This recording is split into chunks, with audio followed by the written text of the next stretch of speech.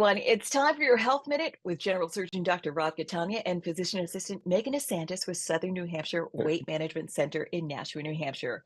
We have a special treat this health segment, as someone with whom I've had the honor of interviewing before is joining us.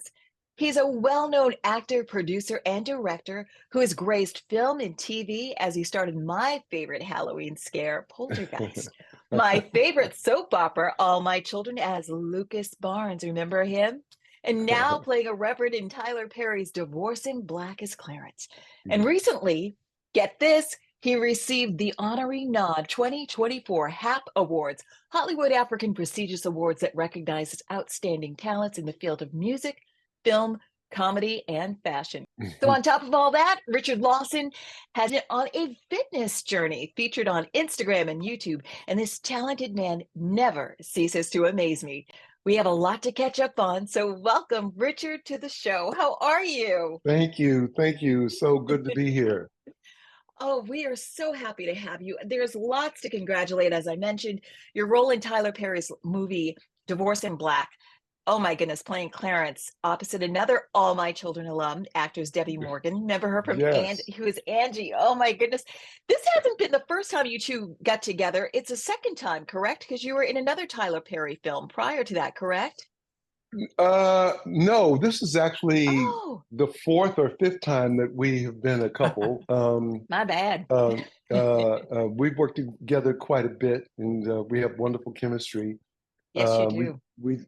we did this an upcoming series on Netflix called Beauty in Black, which is Yes. 16 episodes of this incredible series.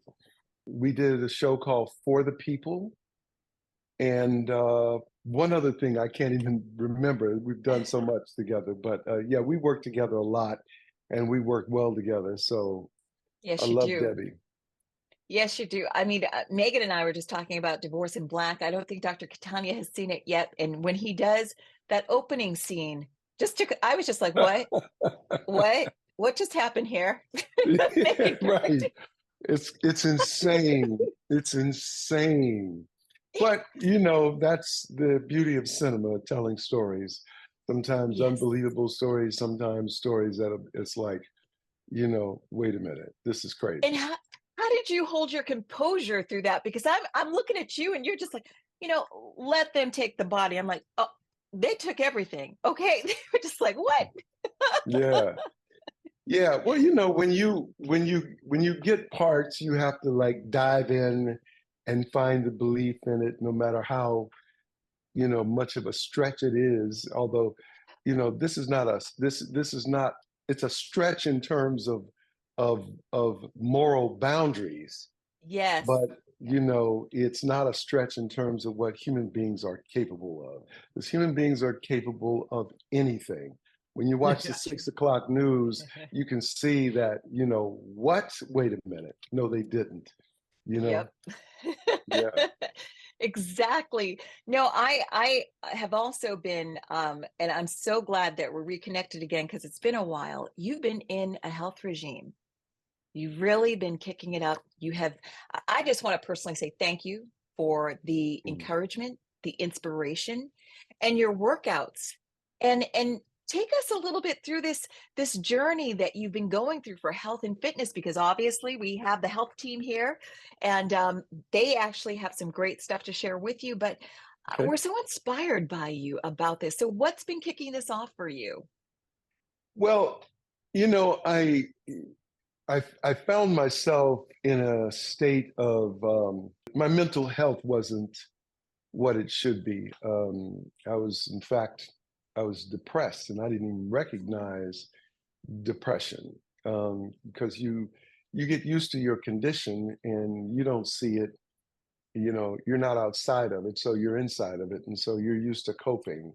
And then a year ago, the kind of wake up call was divorce.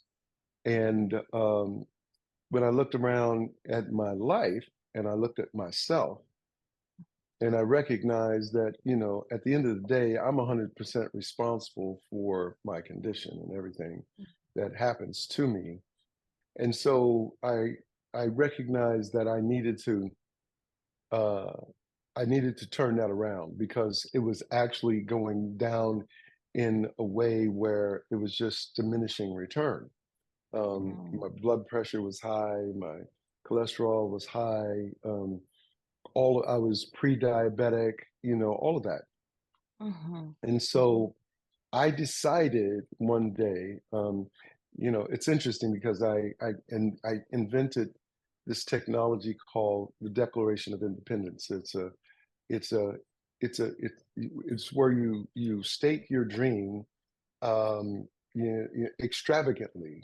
Um, you know, Reverend C.D. Jakes said, "If your dream is not laughable, then it's not worth the paper that it's written on." Mm. And so I had to re-examine my dream and see where I was and look at where my purpose and goals and postulates and policies and all of that was just dormant. So I need to reconnect it with my purpose. And that started me working out, getting up. I didn't like the way I looked, didn't like the way I felt. So I started working out every day, started walking every day. Then I started training every day with a trainer, and I was working out twice a day. And so for the last year, I have completely rehabilitated my body. I've lost, I was as high as 300 pounds, and now I'm around 230. I'm fluctuate between 220 and 230, and I'm trying to Nice. get that discipline to handle my subcutaneous fat and visceral fat. But I'm way, way down, um, and my life is completely flipped. I rehabilitated myself, and What a I'm wonderful very, feeling. very thankful for that. What a wonderful feeling. And Yeah. congratulations on that journey because I mean, for everybody who knows, we know you were married Beyonce's mom, Tina Knowles, and you are always the consummate inspiration. Richard, you haven't Mhm. lost that. I followed Thank you. you. We've even in our conversations. I just totally respect you, and I'm very very honored to have you here because for someone myself, these two angels that you see, Dr. Rob Catania and Megan DeSantis, they helped change my life because I Oh, did gastric bypass oh, and I have lost 105 pounds. God bless you. So so when I saw you walking, I'm like, I'm walking too. All right, let's walk together. I'm walking with Richard Lawson. All right, let's go. Nice, But I they've think you made nice. might be able such to an give him a impact. run for his money too, because I've seen him working out and I've seen you working out, and the two of you are pretty impressive, I gotta say. I think we need to Thank do you. some training together. Come Yeah, on, right. Richard and I We need to may do need some. to do Come a on, plank Richard. right before this is over Yes, to see whose plank will stand longer. that's right. That's right. I've been doing that. I'm like, okay, it's all good. But I mean, to have that and being aware, because that's what they've taught me through the journey. And we Oh, talk about this. That's why we had the health segment to introduce to people the possibilities of yeah, what if. Regain yourself back in a different way, not yeah. physically, but and that's what you've been doing. And I'm so proud. And even Megan had found some tidbit in the health industry connecting it. Would you like to share, Miss Megan? One of the things that I heard you say that I think is so very powerful, it's taking those, starting with yourself, number one, looking at where you're at and where you want to be, and taking steps that you can take every day. What Hmm. I've learned most from my patients is that our bodies change as we go through changes in life. And we have these expectations that we're going to train today the way we trained when we were 21. And let's be honest, that's just not reality. But you don't train any less hard. You just train differently and your goals change. And what I really loved hearing was how you inspired yourself to work that much harder.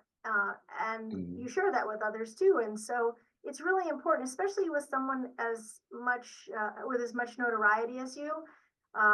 You have such an ability to reach other people, and it Yeah. lets the normal people like us who have perhaps less exciting lifestyle see that, hey, you stumbled too, but you found a way to pick yourself. You found a Yes. way to train yourself differently, and then you put it out there for other people to see, which really is quite a gift. Oh, thank you. Thank you. Listen, I learned a long time ago you can't keep it unless you give it away. And so, Yeah. you know, and I've always been in the business of giving it away, Yeah. because I've always operated, especially when I'm in the consciousness of it, of abundance. And even though I went through a period of scarcity, in a sense of not being able to see the bigger picture and not be able to hold on to what was important to me, um, but based upon the fact that, you know, I had set that up and these goals were very clear and very sharp at one point, they were the very thing that sort of rehabilitated me, because I looked at what what I was no longer doing. And when I looked at when I was doing those things, they were successful actions. And so I just tried to replicate successful actions, knowing that, you know, I'm not 25 or 30 or 40 anymore, but I can operate within the realm of, you know, doing the research and understanding how to ease into this and to take care of myself in the process, you know, understand keeping my heart rate at a certain space, not overdoing it, making sure that when I reach those numbers that I pull it back and that I stay in a safe zone so that I don't set myself back through injury or something. And then sharing it with others. People are very motivated by my journey. So that becomes my accountability partner. It's like, well, you're not doing this just for yourself. Other people are counting on you now.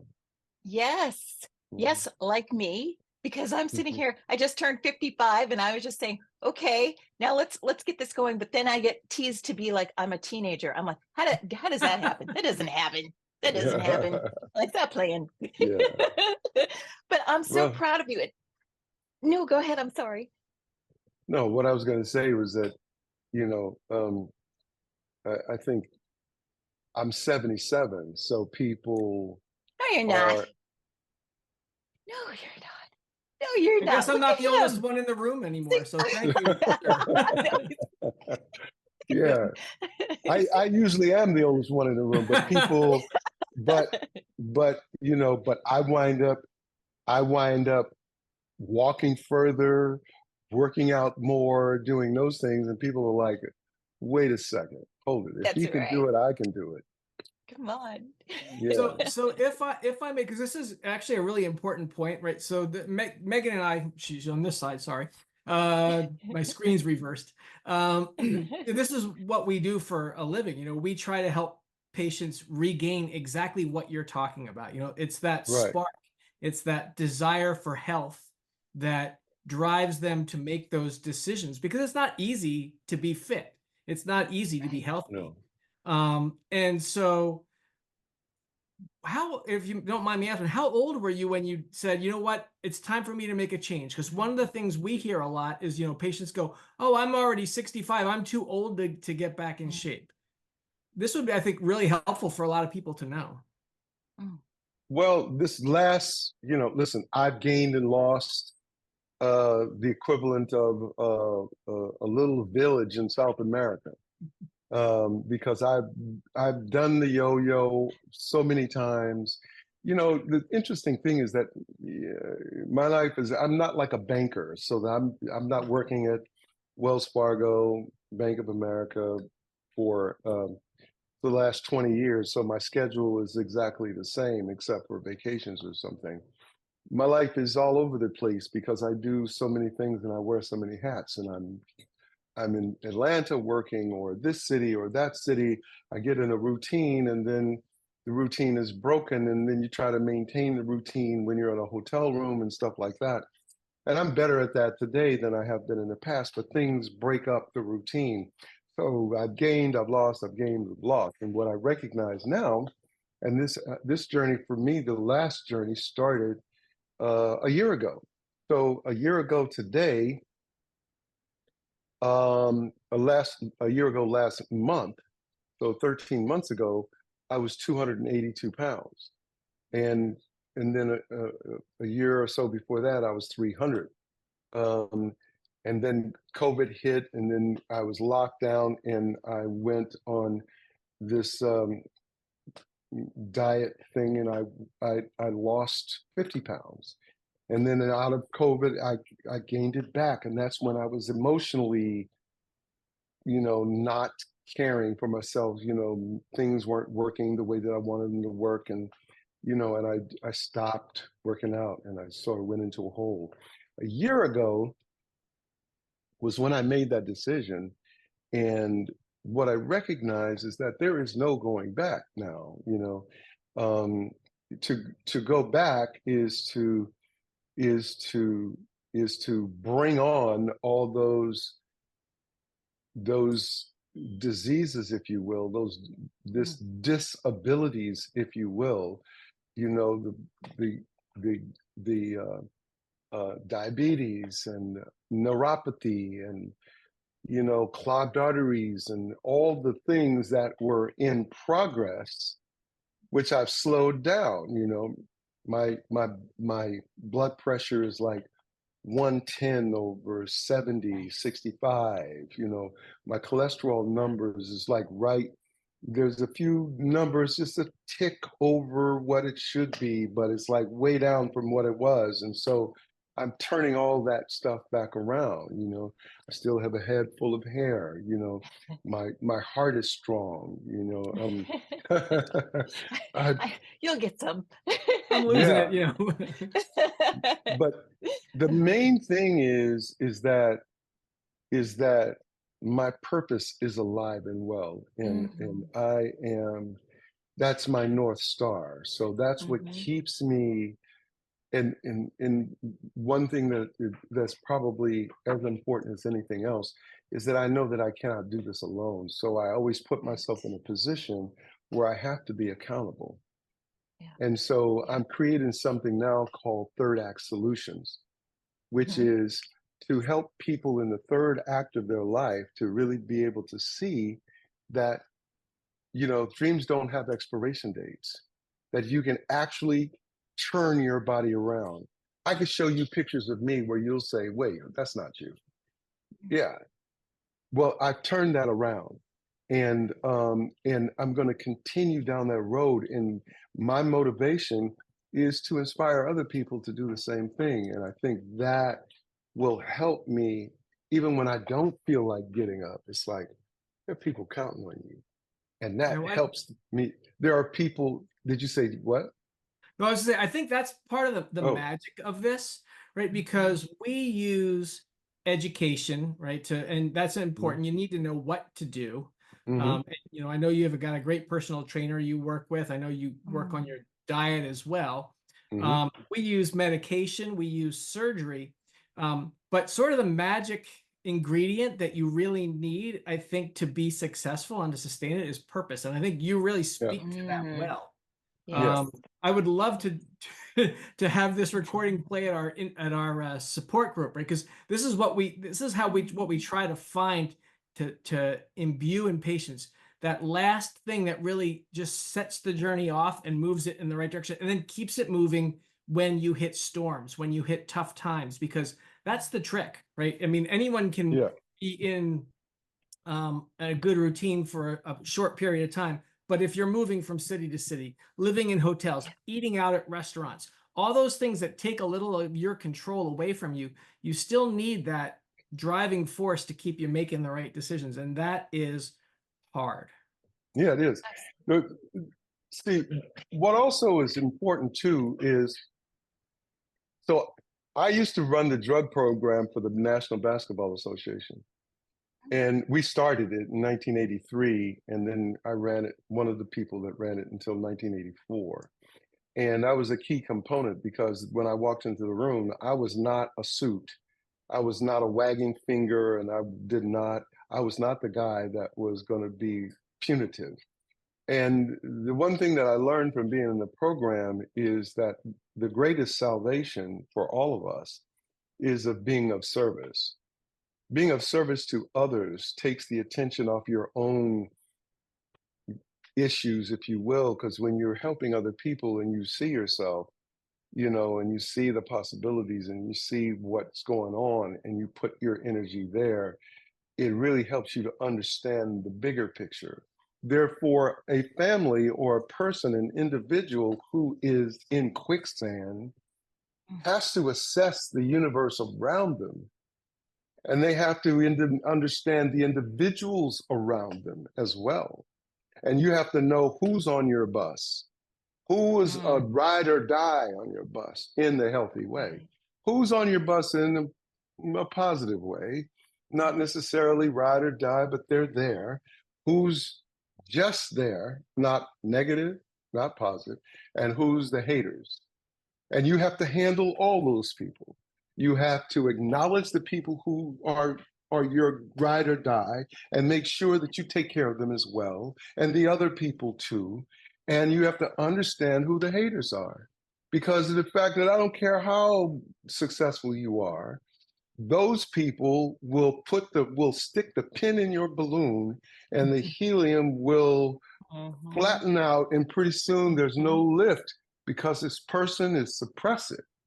And if this person is your husband or your wife or your kids or your mother, your parents, or even the ones that are dead, dead people can be more powerful because you can't address them, than the people who are alive. So you have to assess your universe, and you have to clean up your universe to be successful. You're absolutely right about that. Yeah. No, go ahead, Dr. I was going to say, Catania. sometimes you have to take bad experiences and figure out a way to take the positive out of those bad experiences. And it sounds like you've been able to do that, which is a gift. Yeah. I'm writing a book now, and I'm telling you, this is true for everything. Life is about process, pivot, and proceed. You got to process what's going on. You got to pivot and make a decision about what you got to do and proceed. So therefore, you have to turn, this is the eternal challenge of every human being on this earth. How do you turn chicken shit into chicken salad? You got to publish that book quickly, because I need to use that in my seminars, and I don't want to take it from you. I don't want to steal your thunder, but as soon as you publish it, let me know. Hey, I'm getting ready to go out and do seminars too, so maybe I'll come to yours, you come to mine, and we can totally do that. Because that doing is part. That's my seminar. That's the seminars. I do the seminars. Yeah. But this is what I love about you. This is what I love about you, because you do wear many hats, and also you owner of Richard Lawson Studios. And the last that we spoke was with your kids. I know your Grammy nominated son, Ricky, has been doing very well, doing musics with Renaissance, and Bianca is also still, doing a lot on TV. That's when we were talking about last about what she was doing, and of course she's in Queen Sugar, own family drama Queen Sugar. So you are doing this not just for you, but as you said, encompassing all in your realm. And what a great way for them to see their dad, who is, your son wrote, as one of his biggest inspirations, and that says a lot about you, and that's wonderful. And I know the time is getting crazy, and I'd be remiss, I want to congratulate you on getting your prestigious HAP award. Thank you. This is amazing. So it's happening again, the 8th annual HAP Awards, held October 27th at the Wilshire Eagle Theater in California. When did this just happen to this morning? Because I saw the post and I was like, there's nothing you can't do. No, it was, thank you. Thank you very much. I really appreciate that. Now, it's come up in the last week or so, and I think they just posted about it yesterday or the day before. But it's been speaking to me about it for a while. But listen, it's always a wonderful thing for people to acknowledge, your work, or just acknowledge you, period. I've been doing this since 1969, so this is technically my 7th decade. So if you do 60s, 70s, 80s, 90s. Oh my goodness. Seven. I've touched 7 decades. I've lived, I've lived fully and worked in 6 decades. And so Yes. you know, for people to acknowledge that, it always is a beautiful thing. Richard, you're an inspiration. You really are. You Thank you you. really loved everything that you said. I love it's inspired me even further because everything you said is right, because it is a change of life. And every day you have to get up with a purpose with your change of life. These two Yeah. angels, Dr. Catania and Megan, helped me to realize that for myself. And I call them my angels because it's true, because they know they're expertise in their field, just like you, in acting and everything that you do. And I can't wait for your book, which means you have to come back on Yeah. this segment. Yeah.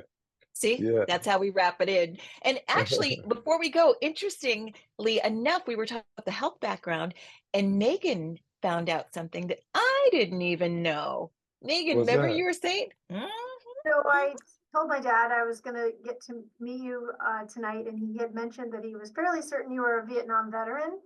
Yeah. And so I did a little research, and I found that you were a medic in your time of service. So I that for sure. You were, I think, when were, if you don't mind me asking, when were you in the service? I I got to Vietnam January 1 at 12:01, 1968, which was the Tet Offensive. So I landed there Yes. at the Wow. height of the war, and I was a medic in the Central Highlands there in that area, and yeah, I got some stories. Wow. So, Wow. the medics were actually sort of the seed of my profession as a PA. Oh, Physician assistants started being used around that time, the early 1970s. yeah, Folks came back from their time in service, folks like you with experience, and they didn't have an opportunity to use their skills, and they created my profession out of what you served in the military. So I'm grateful for that wow, for reasons, but Wow. wow. wild to Well, see. that's amazing. You know, if you were a medic in Vietnam, you were more than a physician's assistant or whatever, because of the stuff that you were confronted with, and I mean the what happened to the human body and what we had to do in the field when there were no doctors out there. It was, you were well beyond physician's assistants. You went into being a physician, even though, and had to call upon instinct and so many things in order to save this person or to put those limbs together or to whatever, you know. I did more suturing than half the ERs in this country. I bet you did. Wow. Oh, I took pride in making a better suture than most people. I'm not surprised by that at all right now. that's Yeah. good to know, because if I go working out next to you and I drop a dumbbell on my foot by accident, I'm like, Richard got it. He's got it. He'll just Yeah. suture me up. Well, you drop a dumbbell, it's gonna be more than a suture. we got Right? bones, we got That's right. we got all kind of stuff. That's right. I'll be losing my sense of being. I'm like, what? Well, I just want to thank you from the bottom of my heart. It is so good seeing you again. You have to come Thank back you. and Thank you. and join us. And I am going to still be watching and following you. And you're my wake up call, because sometimes if I miss the day, even when I'm sick, I could have a fever. You know what it's like. I still got to pound the pavement. I'm still trying to get up my workout in. It's just crazy, right? Hey, it's called We Shut Up and Show Up. That's right. That's right. We're going to shut up and show up. And I'm so glad that you showed up. Richard Lawson, thank Thank you you. so much. It has been a pleasure. We're going to have you back, and I can't wait to see your book. Dr. Rob Catania, Megan DeSantis, both of you, thank you so much. And this has been your Health Thank you. More Than a Minute with special guest Richard Lawson. Stay tuned. We're going to have some more information on that, but this is part of Gail Scott Key's Entertainment Now. Thank you for watching.